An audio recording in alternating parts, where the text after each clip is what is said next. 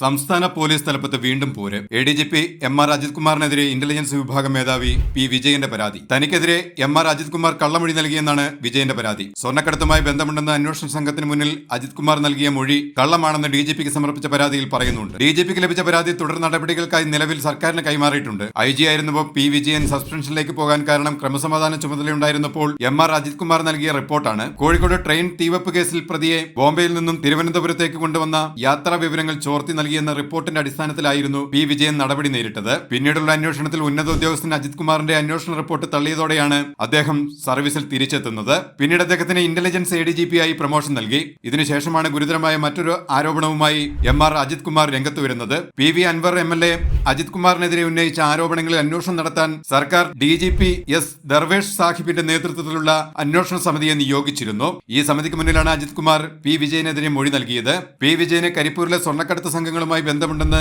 SP Sujith Das തന്നോട് പറഞ്ഞിട്ടുണ്ടെന്നായിരുന്നു ADGPയുടെ മൊഴി. എന്നാൽ സുജിത് ദാസ് ഇക്കാര്യം നിഷേധിച്ചിരുന്നു.